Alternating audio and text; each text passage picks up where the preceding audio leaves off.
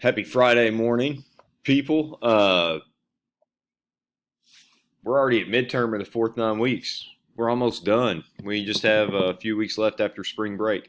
So, just a reminder, I have to post midterms when we return from spring break. I'll be doing that Monday morning when we get back.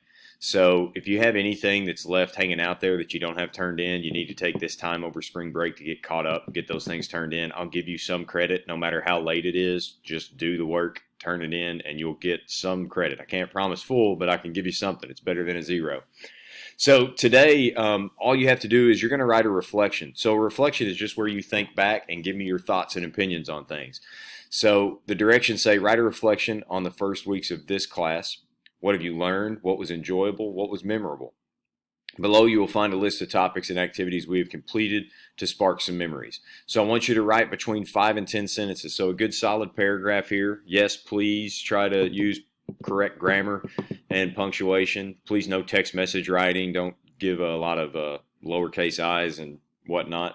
So some of the things we've covered, the ONET interest survey where you answered those 60 questions and it gave you an interest profile and then you picked 2 careers that you found interesting.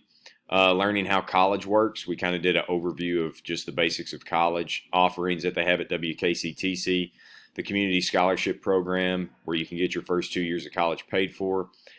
We did the average income spreadsheet and how our money is basically spent when we earn it.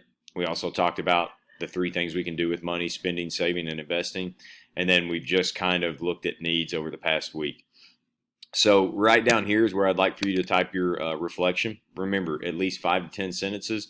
Just tell me your thoughts so far on the class, things you liked, maybe even things you didn't like. Just give me some feedback on things that you've learned and things that kind of stand out to you over these past few weeks. When you get that done, you can click turn in and you can enjoy your wonderful spring break that is well deserved.